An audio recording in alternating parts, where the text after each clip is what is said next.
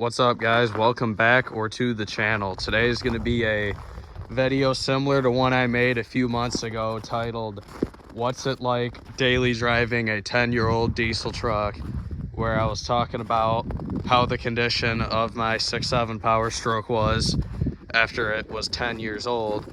And since you guys seem to really like that one, I'm bringing you what it's like daily driving a 24-year-old 7.3 Powerstroke.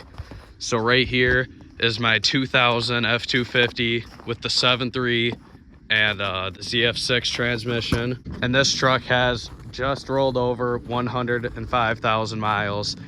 My cousin bought it with 98K. I bought it off him at 103K.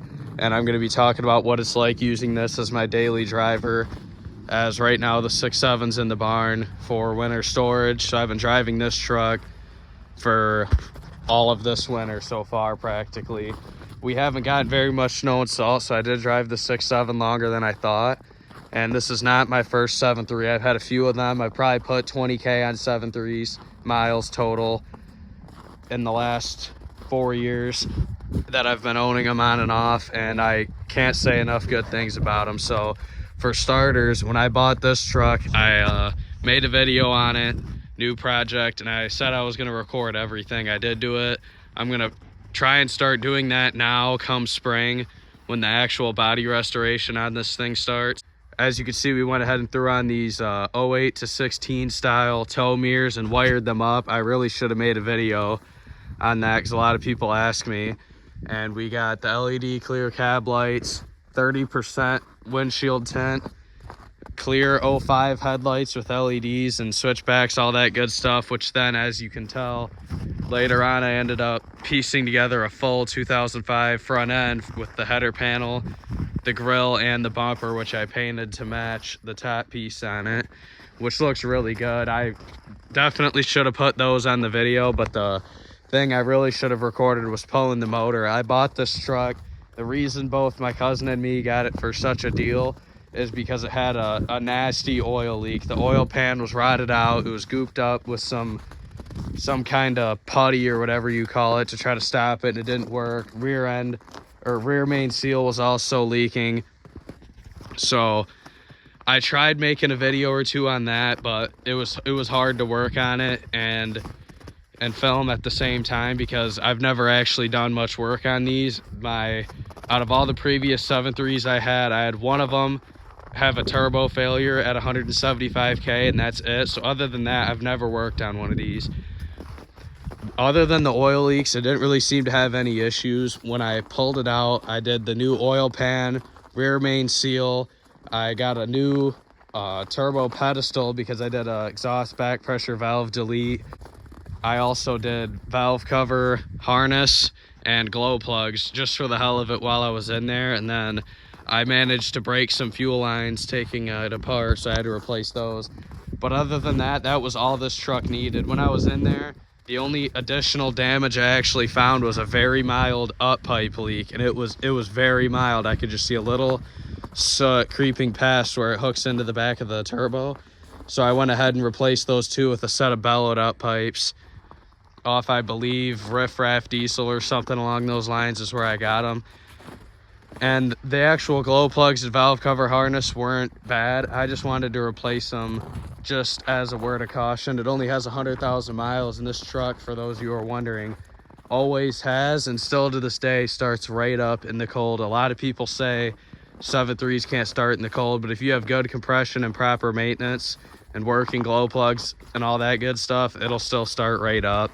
We had this last week, was our first really cold week where it was below 0 every morning to start it to go to work. And the first day it was that cold was a Sunday, and I started it up at like -1 or 2, and it still started right up, but it was smoking like crazy, and it took forever to warm up for heat. So all last week, other than Friday, it was 10 degrees out, so I didn't. And this morning when I started it, it was 10 degrees as I shown in the video. It fired right up. But during the week, Monday through Thursday, I didn't want to have to wait forever for the heat to warm up, so I'd wake up an hour early and plug it in just for faster heat. It still starts without that though. It could sit at work all day in the cold and fire right up to come home. And as far as issues go, obviously I took care of the oil leaks, which is typical on any old truck, especially a 7.3 that's 24 years old. When I put the motor back in, I had to put a new starter on it. The starter wasn't working for some odd reason after putting it back together. I think I just got unlucky. And then about 2 weeks after putting the engine back in, I was driving it around and I thought my oil pan was leaking again. I was freaking out because I used the Ford Motorcraft RTV silicone on it. So I was thinking I must not have done it right because the back of my pan was wet, the rear main area looked wet. But then upon further investigation, the top of the engine valve was wet. So I cleaned everything really good with brake clean and found that the fuel bowl was leaking. So I had to spend like $50 on O-rings for a reseal kit for that. So that wasn't a big deal. And then just this last 2 weeks, it was starting to show a battery light when I first started it, and the volts would only be on 12. Like, it wasn't charging. The truck's just running off of the batteries. But then within 20-30 seconds of starting, it would be fine to jump up to like 14 and a half. Well, just a couple days ago, I went ahead and had to get a new Ford OEM alternator for it because it completely shit out, which is the thing I like about these is they run off the oil pressure. So if you were in like a gas engine, you would have been screwed and broke down. But all that happened to me was I noticed the battery light was on and it wasn't charging, the radio wasn't coming on. And then when I was about a mile from my work, it dropped all the way to the pegs on the bottom, which would be 8 volts. So it's probably actually less than that. And then my headlights went out. So that's an inconvenience, but I still was able to drive it to my work and then pulled it in their heated shop where I put on an alternator, which if you guys don't know, the alternators you're going to get from O'Reilly's for these things, and probably any alternator from O'Reilly's, AutoZone, any like car part store, are not actually new units. They're remans where you give them your old one, they take it apart in their facility, clean it up, and say, oh well, it just needs this one bearing or whatever part's bad, and the rest of it's all old. So that's why I went with OEM. I spent like $220 with employee discount to get that. So it might be $250, $300 for a regular person to buy it. And an AutoZone one might be $150, but just as a piece of advice for you guys, if you ever have an issue with an alternator on one of these, definitely get OEM. So now you have the story on issues and maintenance. This is a low mileage example, but if you're under 250K, you're probably gonna have a similar story. That's our mechanical issues. As far as daily driving it goes, it's not bad. It's got the 6-speed in it. I really like that versus the automatics, because the automatics in these trucks sometimes, especially when tuned, which this truck is with a cheap edge tuner, they don't really know when to shift. So I like having the manual so you can kind of control it better. And as you can see, we'll just show you guys the interior. One of the things I really like about these old Super Duties 99 to 07s is how solid they are.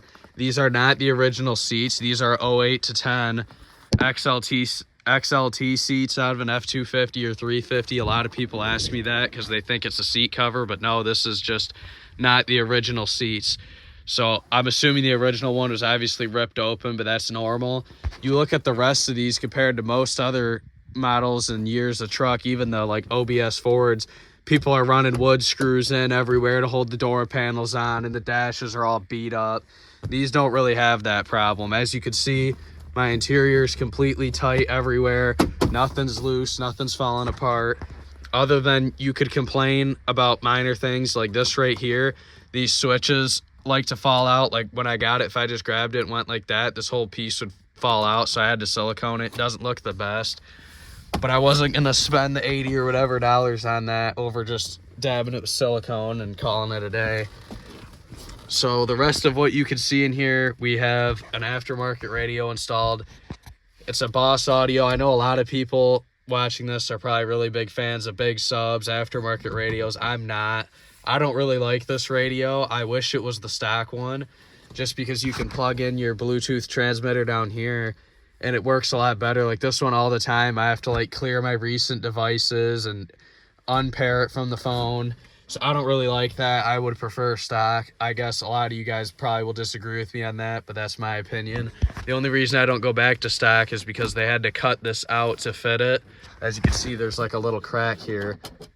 gets right around 13.5, 14 miles to the gallon in the city. I'm not sure what it would get on the highway. I've only driven it once, and it was honestly really loud, I guess, as a complaint. These trucks with this old vinyl floor probably doesn't help either, but they don't have very good sound deadening. My 6.7, I could be going 80 down the highway all day with my 37-inch Nittos, and it's not loud. These are, what are these, BF Goodrich mud tires, 35s. You don't really hear them that much, but you could just hear the highway drone noise of all the other cars. Honestly, it's pretty bad in this thing, which I guess if that's a big deal to you, it could be a deal breaker to me. I don't really care. My new job's in town now, so it's not like when I first bought the 6.7, I'd drive on the highway every day. I don't do that anymore, so it doesn't bother me. But, I mean, yeah, pretty solid interiors on these. I like the design. It doesn't look that old. If you looked at this interior, you wouldn't really think this is a 24-year-old truck. You'd think it's maybe 10 years old, which is nice. The only thing I can complain about as far as interior goes is going to be these vinyl floors. When I got the truck, I thought it was cool because, like, everyone you see with a vinyl floor truck will always talk about how nice they are and say, like, you know, a lot of guys will have vinyl seats too on a base model. This is an XLT. I'm not sure if this is original flooring or not. But them guys that have the vinyl seats and all that, they'll just be like, oh, you know, I've rinsed my truck out with the hose. I do construction and it's so nice. Obviously, I can't rinse off these seats because they're cloth, but this floor, I've tried once just taking a garden hose and getting it wet, scrubbing it with a tire brush and some dish soap and rinsing it out, and it does clean the floor really easy. What they don't tell you, though, is that all the water is going to collect right here, so you have laying water all in here that you can't really get out very good. And the worst part is I popped this trim panel up, and where the pinch welds come together, the floorboard kind of goes like this, and it just holds all that water in there, which is where all your wiring is all under that panel. So it's just asking for problems. You can't really rinse them out, so cleaning them's kind of a pain. The only thing I found is using like an interior kind of cleaning spray in a can, like aerosol, and spraying it down and wiping it multiple times with the towel, which is a lot harder. I thought I was gonna like these vinyl floors, and to be honest, I don't like the look of them that much. I wish that this was carpet. I think it's a lot more of an attractive look. It's not really worth it to me, though, to go through pulling these seats and spending $400 or $500 and gutting this out over that. So I'm just gonna leave it.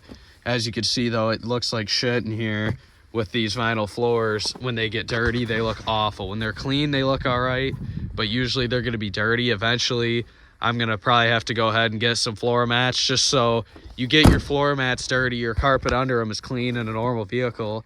You pull your floor mats out and rinse them off in the driveway and you're good to go. So that's a complaint right there for sure. So that's basically going to wrap up this video on what it's like driving a 24-year-old 7.3 Powerstroke. I hope you guys found this helpful. If you're looking to buy one, definitely would recommend one of these trucks, especially for like a first truck, or if you're just someone who doesn't want to spend a lot of money on a vehicle. These are a lot of truck for what you're gonna pay. I hope you enjoyed, and I'll see you guys in the next one.